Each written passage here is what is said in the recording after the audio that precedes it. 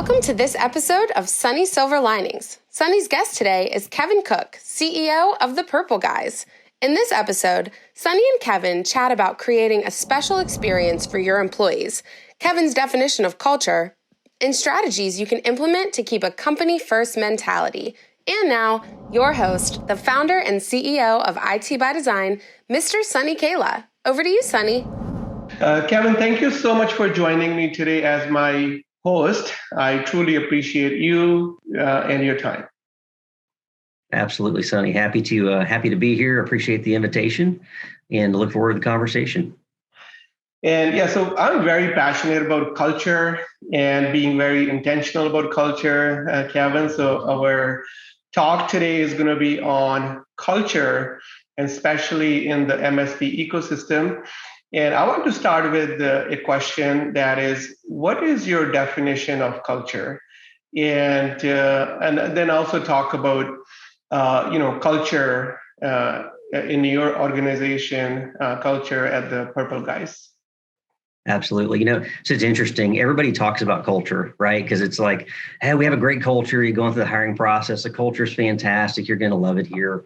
For me, when you really boil it right down, culture is all about what does it feel like to work here? What does it feel like to be part of this organization day after day after day? Is it a place that I want to get up every day and come to work at? That's what it's about for me. And that's how I know we're doing our job in creating the right kind of culture. When people they're excited to come to work, see their coworkers. We have a lot of that going on in our business today, kind of post-COVID. People want to come back to work and be a part of what we have going on here. And that's, to me, at the very core, what culture is all about. Yeah, well said. What I heard you say is culture is a feeling, and that's what it is at the end of the day. And if that's how we define culture, Kevin, and the feeling will come from, at the end of the day, is that overall experience of the employee.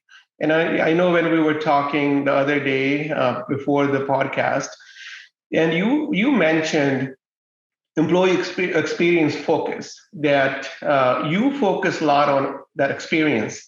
And you also look at employee experience with the same lens as client experience. So can you talk to me a little bit about that how do you create those experiences at the Purple Guys where it is special, it's unique, and so please share that with me. Yeah, so it's really important to us. So we have a person who is singularly focused on the client and the employee experience in our organization, because it's our belief that you can put words on a piece of paper and you can say, hey, we have a great culture. You've got to really live it every day, and you have to be intentional about it and be focused on it. And until you have resources who really are focused on this thing day after day after day, it's my belief you can never really be very good at it. And so we focus on it. And the way that we see it in our organization is, we started, one of our core values is client obsession, right? And that's an outwardly focused thing. But it is our belief that at the end of the day, if you want to create a phenomenal client experience, it all starts inside the organization, right? So if you create an exceptional employee experience every day, that just results, the end result of that is a phenomenal client experience. And so we pour ourselves into our people. We talk about it a lot, and we try to be genuine and authentic in our communication. And I think that, those are some of the keys in order to create a safe place, for our people to feel like they can question things. Like those are some of our core values, right? We want them to question how things are done in the organization. And part of creating that culture is to make them feel safe and know that they have a voice, and two, that when we say, we want you to question us, when they do, we don't just shut them down, right? And we really are genuine in trying to get better every day, and that they play a really valuable role in that. And in my experience over time, people want to feel like they are a part of something, and that they have a voice, and that what they feel and say matters. And we try to create a safe environment for that to happen here. Now, that's so powerful. Safe environment is key to entrepreneurial thinking, right? That is the key. And in order for us to create entrepreneurial leaders and have the type of growth that you're having, you're in the top 3% when it comes to revenue in the MSP space. And that type of growth comes with being intentional about culture, being intentional about safe environment where everyone is taking risk, everyone is learning and winning, and they have that overall that sense of understanding that if they do make a mistake, they're not going to be penalized. And so learning and winning environment and safe environment is very important, and that's probably your key to success there. That the type of growth that you're having, and it's really amazing to see your journey, your entrepreneurial journey. And that takes a village, a team. And now I know what you're doing there, Kevin. Okay, so now I want to move into our next question. You talk about your approach to create that feeling, that culture, and being, culture by design or being intentional. You use the word, okay, being intentional about creating that environment which is conducive to people having great experience, and having people or employee experience that impacts the client experience. And it's a really interesting way to look at it. So thank you for sharing that. And you put your team first, your people first.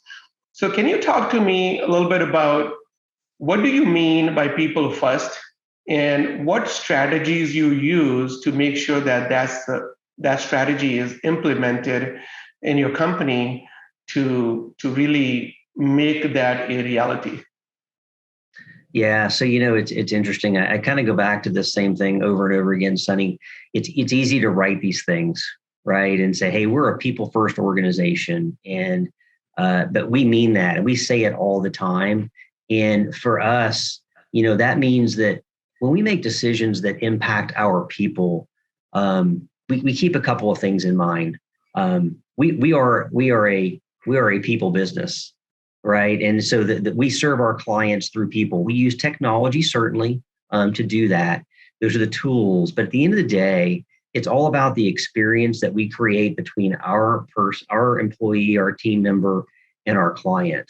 And so creating an environment where that employee, it feels safe and is rewarded, for doing the right thing and making the right choices, making sure they have clarity about where do they fit. We talk about our mission over and over again, right? What is the mission? What is the vision for the organization, and where do you fit into it?